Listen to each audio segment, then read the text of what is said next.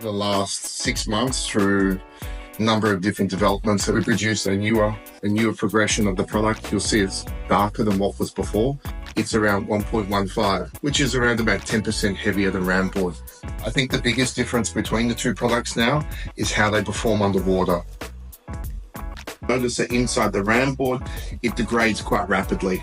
And as you see with our product, and I'm rubbing it far more vigorously, we don't have any degradation like that at all. As you can see, we still have water on top of ours. It's still there, it's still beating, it still hasn't broken in. You can see it's penetrated through. The water wasn't on there for more than a few minutes. This may be excessive to what most people will find on site, but ultimately it shows the integrity of the product is far superior. Maintain its purpose, which is what we're here for.